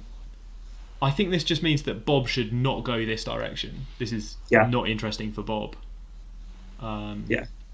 I agree with that. So Bob's not going to do that. That's not in Bob's interest. Waste of time. Okay, let's write our new one. Okay, so assuming Bob's playing the best strategy, which is what we are assuming, so Bob must play 0. Okay. Amy's turn. Oh, feeling bad for Amy here. We're looking at a multiple of 3. Yeah, but hang on, that's what the game was at the start. Yes, true. So could Amy just play 1 again? Amy could do the 1 again. Yeah, I think that's a good idea, right? Because it's going to force all of this bit to stop counting. So now Bob's in trouble. It doesn't benefit Bob to play. It's like starting the game again, but we've wasted 2 rounds. Yeah. So Bob's probably going to play 0, and then we'll see the 2-0 come up again. Yeah, so it feels a bit like this one goes back to here, and this one goes back to here. Yeah, if we had some sort of finite state automatum to keep track of what state we were in, then we could go through like that. Cool. So I think this ends with Amy winning. Yeah. on time after messing around for a bit and wasting enough of Bob's time that we hit this rule about Amy wins if Brian wins not won within 5 rounds. And in fact, the actual number 5 there, I think that doesn't matter. I think if the rule is Amy wins after 1,000,000 rounds, Amy can just stall for time by doing this sequence, where Bob kind of has to keep saying 0 or waste other time. Okay, so at some point one of us, probably me, said Amy does not lose hope. In fact, she's happy she's delayed the game. Yeah, but I've come round to the idea of Amy winning if the game is delayed. So at some point I was wrong, but now I think I'm right. Yeah, this feels good. Someone spotted the finite state. What's the matter? Yeah, at 1020, the game's reset. So Amy is going to win this. Amy's won. Okay, I've caught up with Slido chat. I'm pretty sure at some point I said Bob would win if we went to time. That's not the case. I'm sorry, I confused you. Okay, right. But Bob's not even playing it. Maybe Bob's supporting Amy. Oh, okay. Oh, because Brian again. Yeah. Anyway. Can't get a break. It keeps everyone on their toes to try and spot whether we actually say the name that we mean. Makes you actually think about it rather than just following along what we're saying. Yeah, almost feel sorry for Brian. He's just forced to play 0 because there are no better options. And just get. Well, it turns out that any option, whether forget Bob. Whether Brian plays 0 or 2 in the first round or 0 or 1 in the second round, either way, it's just Bob. Brian can't get anywhere. Bob's just in my head. I'm a computer scientist. What can I say? We've learned a great fact about computer scientists today. I think everyone's called Alice and Bob. Right, okay, we've got time on the clock to look at this crazy finite automaton question, which I included because people last week said they wanted 3 questions on the sheet, not just 2 questions. It's quite long. It's got quite a lot of reading. My plan for this is to put it on the screen. Like the first slide here is just reading to do about finite automata. But these are a real thing, right, Isaac? Yeah. Oh, yeah. These are, it's a really common way of modelling. As it says, a finite automaton is a mathematical model of a simple computing device. So yeah, it's very widely used for all kinds of exciting purposes. So you can model a computer program or a physical piece of computer hardware as a finite automaton. Because I guess the text here is just explaining what it is. So maybe to save some time, I could just explain the idea is, so you draw different states that the machine is in. So it's either in here, state 0, or in state 1, or in state 2.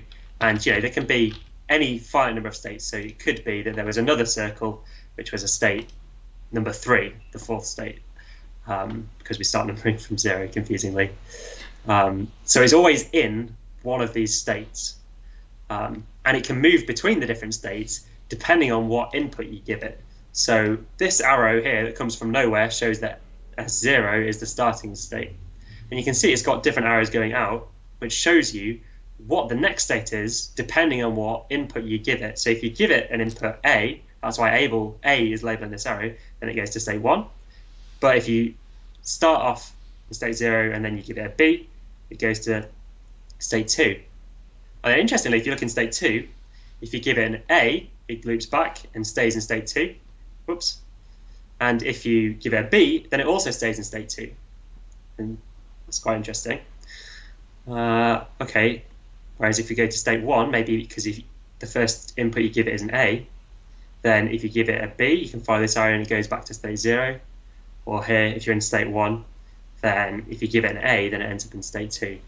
So yeah, the idea is you've just got one state, one circle that the machine is currently in, and it moves between them depending on the input that you give it, and it just follows the arrows. And S1 here has got 2 circles around it because it's the accepting state. And what that means is, if you give it a certain sequence of inputs, if at the end, after you've given all that sequence of inputs, it's in an accepting state, so in this case it's the one with 2 circles around it, S1, then that's accepted by the machine. If it's not, then it's not accepted. So here it says, as an example, ABA is accepted by this automaton because you start in state 0 because that's what this arrow shows. Then you give it A, it goes to state 1. B, it goes to state 0. A, it goes to state 1 again. And because after we've given the full sequence, it's in an accepting state, then it's accepted. But, okay, let's say that you gave it A, B, and just stopped then it's not an accepting state because S0 hasn't got 2 circles around it, so that wouldn't be accepted. Yeah, so someone in chat has asked, just for clarification, what's the difference between an accepting state and a normal state? And I'll take that while you're following the arrows around, there's no difference between an accepting state and a normal state. It's just... That's right, yeah. States. It's just, once you stop, you check whether you're in an accepting state. If you are, then your sequence has been accepted. So for example, ABA would mean follow the A, start here, follow the A, follow the B, follow the A. Oh, and now look, I'm in an accepting state, so this is accepted. That's exactly it has right. kind of no gameplay relevance except checking where you end up.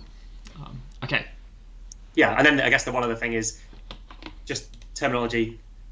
They call a sequence of inputs a word. So if we're talking about words in this question, then that's what we mean. So ABA is a word, an accepted word, and AB is a rejected word. There's such a common computer science mathsy thing to just say, you know words, just like any random string of letters. Yeah, that's what words are, right? Yeah. It's very difficult to play Scrabble against computer scientists. Right, okay. So quite a lot of text, quite a lot of reading, but I think actually not a super complicated idea. We're going to follow the arrows and we're going to see where we end up. And whether it's accepting or not after you've done the whole word. Okay. Yeah, nice. I think I've put a page break in an awkward place because I think we probably want to look at this finite automaton while we ask questions about it. So I'll just look at the question. Write down a description. We want a description of the set of words accepted by the above automaton. A clear but informal description will suffice. So there's the answer to people in chat That's saying, nice. do I have to do a formal conclusion? This one says you can do an informal description. Okay, so what does this accept? We've seen that it accepts ABA, doesn't like AB, because after AB I'm just over here somewhere. It also looks like you can go wrong if you end up in S2, because you'll get stuck in S2. Yeah. Okay. So how do you get stuck in S2 then? So I guess, so if you put a B straight away, then you have to end up in S2. Or if you go from S1 and you put an A. So if it was going quite well, and then you hit an A when you should have done a B, if you zigged when you should have zagged, then you get rejected to S2. Right. This machine is like, no, you've lost my interest.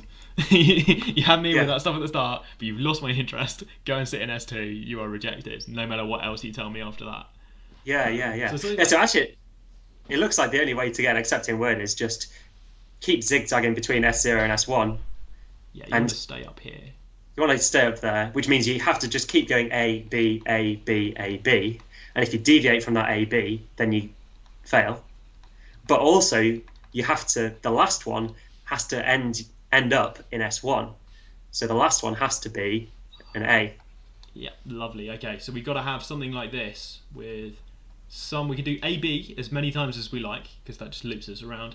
But we've got to end it off with an A, so that we do one last move to get to S1, land in S1 and then stop.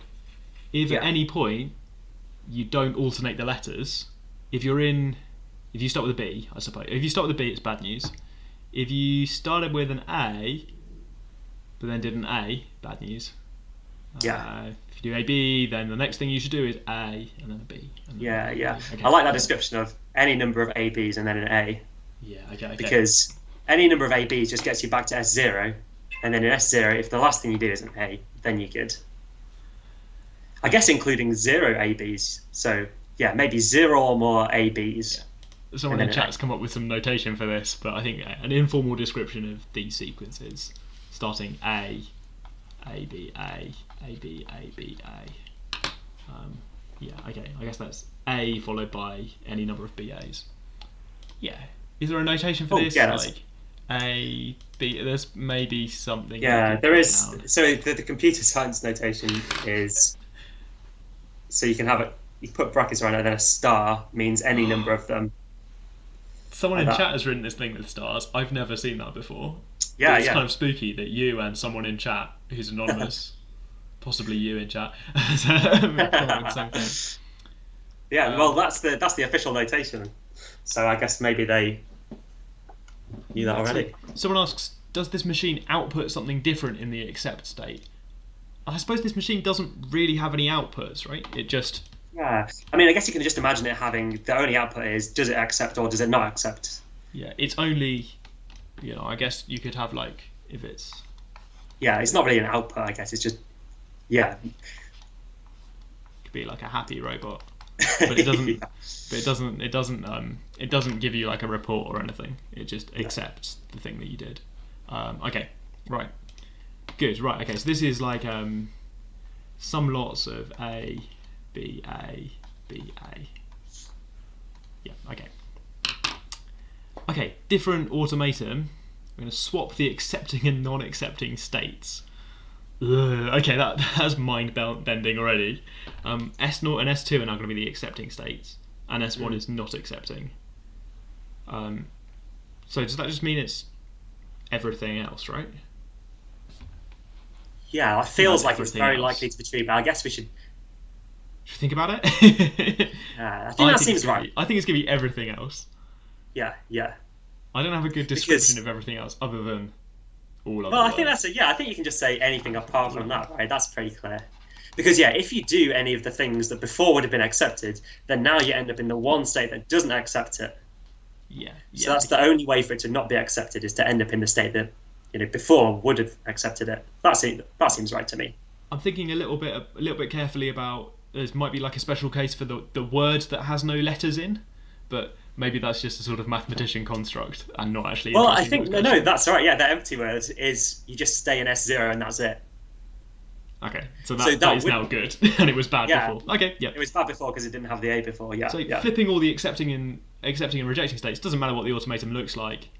If the robot was happy before, you've now swapped everything, so now it's going to be sad. Wherever you've ended up. Okay, no matter I guess how many accepting or non-accepting states you had. Okay, all other words. Right, and next two parts of the question are to draw some automata. So we've seen automata, I think, is the plural. Yeah. Greek. Yeah, it's Greek, isn't it? Right. Just gonna turn on the lights. Yeah, same. Oh, maybe not that one. There we go. Now that we're in October. Right. Okay. Quick break for lights. How are we doing in chat? Are people telling us how to do this? Are people drawing the automata? Yeah, people are saying not. Someone in chat has put not in capital letters, which I think is computer science notation. Or maybe they're just really angry. Or maybe both, yeah. Yeah. Okay, draw an automaton that accepts all words containing an even number of A's and any number of B's. Okay. That's fun. So any number of B's is telling me, I think, that if it sees a B, it should just not react to that. We should design this robot so that it's like, B, I don't care. So I'm imagining. So I guess that means. Okay. Yeah. Yeah. So that. Yeah. So I was just going to say, well, I guess that means that it doesn't change state if you give it a B. Yeah. Right. Okay. That's the finite automaton kind of language for it, I suppose. If you give it a B, it doesn't change anything. Okay. How are we going to get it to do an even number of A's? Okay. Let's give it an input thing. I'm going to try and draw something over here. See if this fits on stream. I'm going to draw it not huge, but draw something over here. Let's give it an input state. Yeah. Okay, so do we want that one to be accepting? I guess we do, because 0 is even. Sure. Yeah. Okay. So if it gets the empty word, no letters, then this should be It should be accepting. There we go. Okay. That's. Okay. Then if it sees an A, it needs to get out of this state, because if it sees an A, then it's gonna the word might be A. So it's got to get out of here. Yeah. So we need a new state. Yeah, new state. I guess this is not an accepting state because I don't want A. Yeah. You don't want A to be accepted. Yeah. If it sees a B, then I could give it another state for the B's, but I think that the B just doesn't matter at all. So I'm going to loop the B back to here. Yeah, that seems good to me. Okay. What else? We need to decide what happens when it's in state 1. Yeah, well, I guess a B doesn't make a difference, like you said before. Yeah. So I guess that goes back to itself. I don't know if So we need now- a third state at some point, but I want to draw these loops for B's everywhere. Just like B's don't matter. So if you see Yeah. B, if you see like a different letter of the alphabet, I suppose you can't for this question. But like, yeah, it doesn't matter. Yeah. Well, yeah. I mean, no, I'm not going to go into it. Let's just assume that we only get A's and B's, I guess. Someone's trying to draw this in. In ASCII, really? There's something going on in chat. I can't. I'm going to draw one more arrow and then try and work out if we've drawn the same thing or not. Okay, yeah. I really want to draw this looping back. I haven't even really thought it through. Yeah, it feels right, doesn't it? Because That's right. okay, if we give it let's temporarily put it in and see if it's right, and we can always remove it if not. Okay. Have you got a different colour? I've got. Yeah. Well, let's try. Oh yeah. Red. Okay. Does that work? I feel like so. I wanted to put it back because I wanted a squared or AA. Sorry, I wanted the word AA to be Accepted. Yeah. yeah. I think that's right because okay, now if we have any even number of A's, we end up in S0, which is accepting, and if you have one more than that, then it puts you in S1, which isn't accepting. Yeah, I want it to look. If it's just being given A's, then I want it to do this loop lots and ignore the B's. I think that's everything that it needs to do. Yeah. Yeah, I think that works. Okay, that's our answer for part 3. This automaton. Let's have a quick look at the one someone's drawn in chat. Yeah. S0, B goes to S0. Oh, they've given us a list of what things to connect. B goes to S0, they've described this loop, and then they said A goes to S1, and then they've said full stop, and now describe S1 colon. A point it back to S0, and B goes around to S0, take S0 to be the accepting state. Oh, Yeah. no, hang on. B Right. shouldn't go to S0 there. That's not quite right. Oh, yeah. You want B to stay at, Otherwise, okay, so this one in chat has got a small typo in it, because that B should loop back from S1 to S1. Okay, but amazing effort for inventing a notation to type automata in line. Very good. Yeah. Homework, make a compiler for them. Then run it on Slido. Please don't do that. Right, okay. Yeah, so if I were doing this in the mat, I might just sanity check it by trying a few out, but I'm pretty confident this is right. Yeah. But if my university place rested on it or something, I might be more careful. Should we rush through? Yeah, I mean, should we rush through this one? I think I can do the next part quite quickly, and I'd like to think about this last part. We're running out of time a little bit, but I think best thing to do is we'll smash through this thing, part 4, and then we talk can about 5 slowly. Okay. There we go. So even number of A's or any odd number of B's, I think I can do this by tracking the A's and the B's separately. So I think I want states like this to track to count the A's, or at least count if it's odd or even. Yeah. And I'm going to have states over here that it swaps between when it sees B's. Yeah. Something like this. That seems good to me. So now I got to think about which ones I want to be accepting or not. But I guess I want it to take composed of what do I want? I want even number of A's. So I think I want this to be accepting. So that A squared is good. And the corresponding S2, right? Because that's an even number of A's as well. Yes, that's true. I'm a bit worried about the B's. I think we're safe because it's or. This is really good, right? Yeah. Or an odd number of B's. So over here I've got an odd number of A's, but if I'm over in S3, then at least I've got an odd number of B's. So this is accepting too.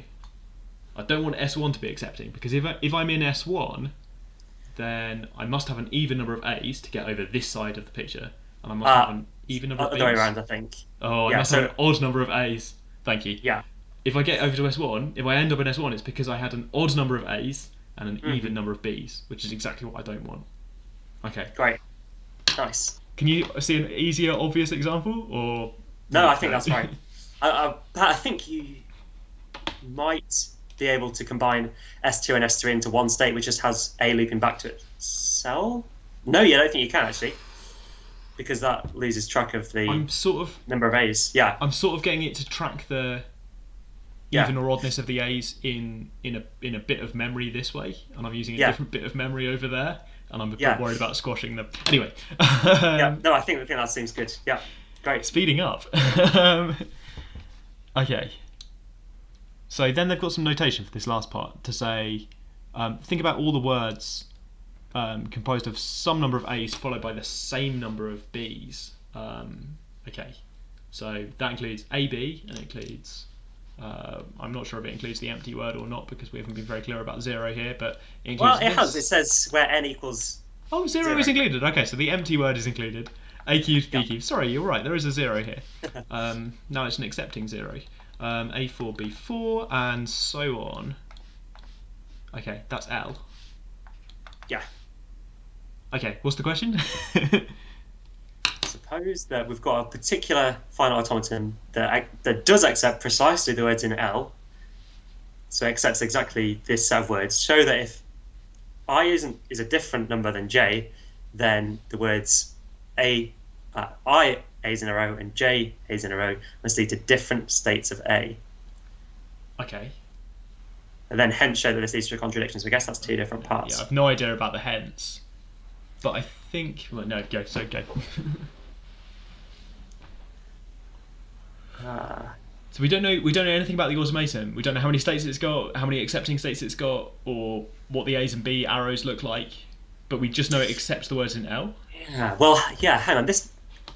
I think I've got a bit of an intuition for the first part, which is you must need to keep track of exactly the number of A's that you've had, because then you need to accept words that only follow if you start from having B's from there, exactly the same number. So okay, if I A's in a row and J A's in a row led to the same state of A, then you wouldn't be able to.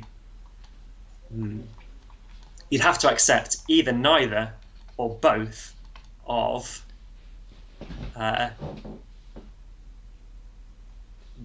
word those with IB's following and JB's following. Yeah. So we'd have to look at. You could think about what happens next if we follow up our AIs with. I think you said BI's. Yeah, that must be accepted. Yeah, we've got to accept this one, but we don't want to accept AI. We don't want to accept AJ. Yeah, AR. Oh yeah. AJBI. Nice. Yeah, that's right. We don't want to accept this one, because only one of these has got the same number of A's as B's. We want to accept this first one. We don't want to accept the second one. But if after doing this bit, if it's in the same state after doing these A's, then following the B arrows around, I times will lead us to the same state. Yeah. So if it's in the same state after these A's, then we'll do I many B's afterwards, and oh no, it's now still in the same state, which is either accepting or not, but it can't be both. Yeah. Okay. Yeah. So either way, one of those it would give the wrong answer for. So we know that it must be in a different state, which is what the question is asking. Cool. Right. Okay. So this must lead to different states of A. So this is a contradiction. So the assumption we made must have been wrong. So there must be no finite automata A that accepts L. Right. So why is it a contradiction? So why is this a problem for our finite automaton? I guess I think I can see why, but only because I read something in finite. Chat. Yeah, it's this word finite. That we've shown it's got. If I really concentrate, we've shown it's got a different state ready for each of these AIs and each of these AI AJ for all the numbers. Yeah, if it accepts L. Yeah. So after you do A 37 times, it's got to be in a different state to when it's in after seeing 38 A's. Can't repeat any of them. It's a finite automaton. It's going to run out of states eventually. Problem. Yeah. Lovely. Okay, I quite like that. Nice. Yeah, that's neat. Yeah. Cool. Right. Okay, we've slightly over on time. I think. Someone in chat said automating can't be finite. Cool. Right. Okay. We've overrun. If you've got to go, then I'll say goodbye. See you next week. Next week, let's do some admin. Sorry. Next week's slightly different. We're looking at an entire maths paper. We're not going to have time to do all of that math paper next week. So have a look at it beforehand. We're going to be looking at Math 2016. It's going to be back to just me. No computer scientists for that one. But we're going to be looking at whichever questions people vote for. So it's going to be Math 2016. Have a go at it, and during the live stream, let me know what we're going to talk about, and we'll do anything you want to do from Math 2016. That's the plan for the next few live streams. We're going to do 16, 17, 18, 19. We've been saving these 4 papers because people asked me to save them. Early on, we did a vote, and people said don't cover those ones until the end. So that's the plan for the next few live streams. You're being set homework for the first time for the live stream. Math 2016. It's got a couple of strange questions that we might skip. It's got a couple of things like I think there's a trapezium rule question in there. It's from the previous syllabus, so maybe we'll just agree to skip the trapezium rule thing. Or maybe it's a nice question. Cool. Someone in chat says, "Can I watch the previous live streams?" And yes, you have my permission to watch the previous live streams. They are all on the MatLive website. Yes. All on the MatLive website. You can watch the entire stream back. Or you can watch an edited maths only highlights video. They go up on our YouTube channel. Oh, which we're on now. They go up on this YouTube channel for you to catch back at some point. If you asked an admissions question and I haven't answered it, I'm going to type a response in Slido. But I think it's time to wrap up the stream. Isaac, anything else you want to add? It's been great having you here as well. Oh, thanks for having me. Yeah, solving questions. I really like this automation one at the end. I wish we'd done it earlier so we could have. Yeah. Never mind. Yeah, cool. Athena in chat says thanks both. You're welcome. Yeah, cool. Yeah, and people are asking admissions questions. I'm going to answer these off stream. Let Isaac get some dinner. Right. Okay. Great. Thank you. Right. Yes. Yeah, thanks. Good luck, everyone. Yeah. All the best. Right. Take care.